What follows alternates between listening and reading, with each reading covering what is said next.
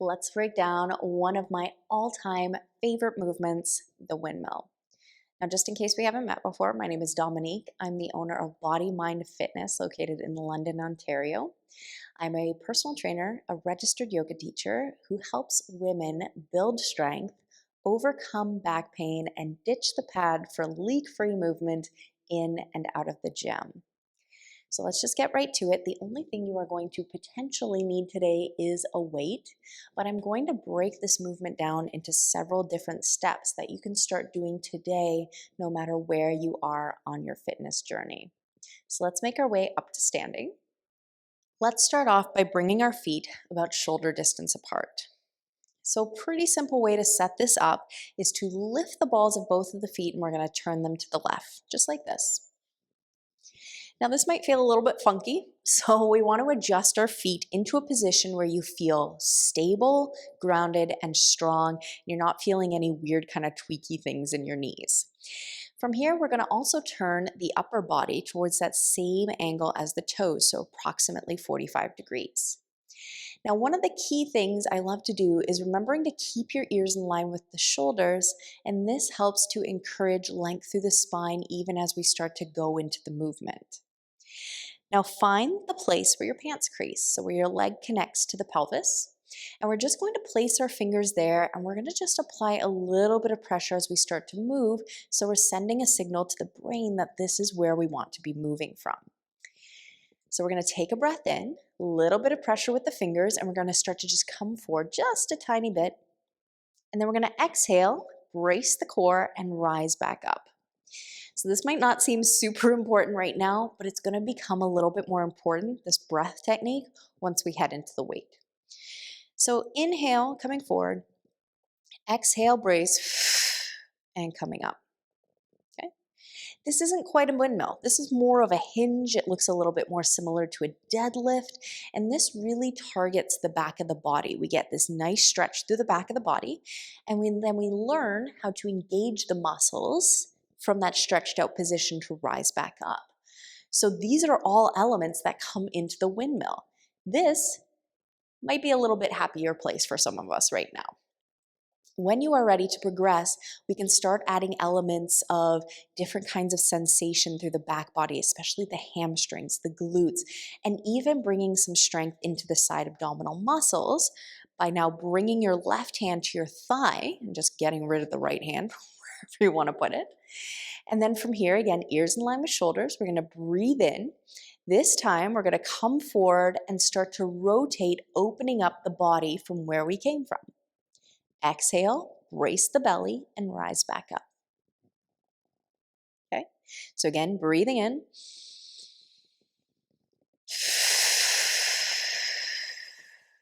So we get that nice rotation through the core.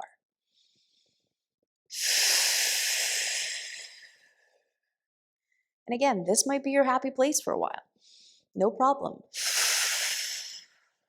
Stick with the option of your choice until it feels super, super simple.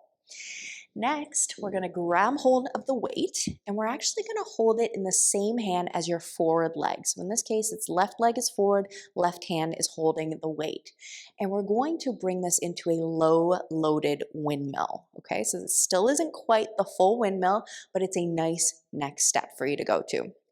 So all the same elements we brought in before, you can certainly start with just that little mini hip hinge, seeing how this feels in the body, how it responds, or you can start adding that rotation. So again, starting from 45 degrees, we inhale, we come down.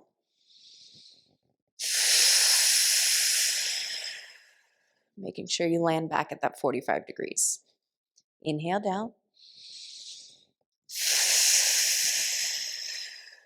45 degrees. Now, as you're moving through this, you might start to notice I'm bending my forward knee quite a bit, quite a lot, maybe even, depending on who you're talking to. And this is a natural thing that my body is doing to help compensate for my hamstring feeling really, really tight on this particular side of my body.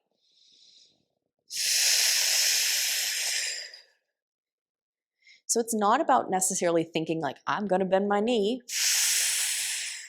It's more about just letting your body do what it needs to do to adapt to the position.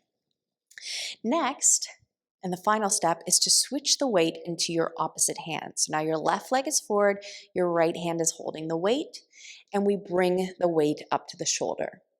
Now, if you have any experience with weightlifting, chances are pushing the weight overhead feels a little bit more second nature. You have a good idea of what this feels like. But as we move into this tipping and rotating, we're suddenly in a new position that our body isn't quite accustomed to when we're holding the weight overhead.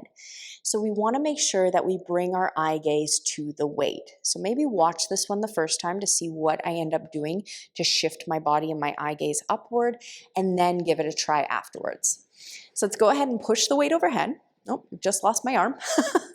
That's okay. Just trust that it's overhead. We're going to take a breath in. We're going to hinge, turn, and my eyes goes up to the weight. Then exhale, brace, and then push the weight up to the sky, returning your body back to that 45-degree angle. So let's try it again.